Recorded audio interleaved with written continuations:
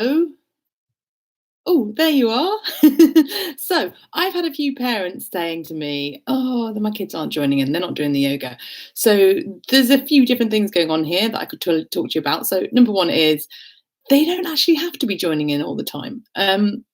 It might look, particularly if they're young, like they're not doing it, but it might be that they need to do it like quite a few times before they will start joining in. So that's one thing. Two, it might be if we are in the mode where we're doing it as a meeting rather than a YouTube live where they can see themselves, that might be distracting.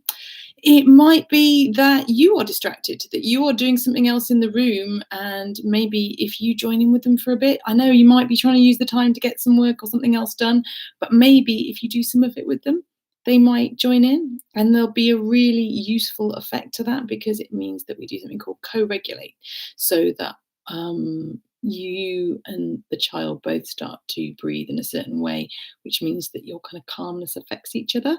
So you never know, you might get something out of it too. But also, it's funny with kids and whether they are doing yoga or not. It really isn't that straightforward. Even actually with adults. I mean, I used to have a lovely lady used to come to my class that had Alzheimer's. Used to come along with a friend, and she didn't do half a class. And sometimes she'd get up and put her shoes on and walk out and all kinds of things.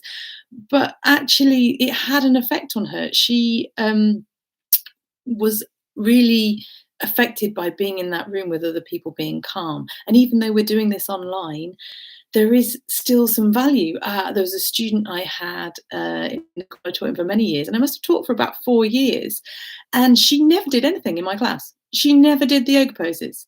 But when she was given a choice in the final year I taught her whether to do it or not, she chose to be in that class, even though she never really moved because she was still getting something out of it.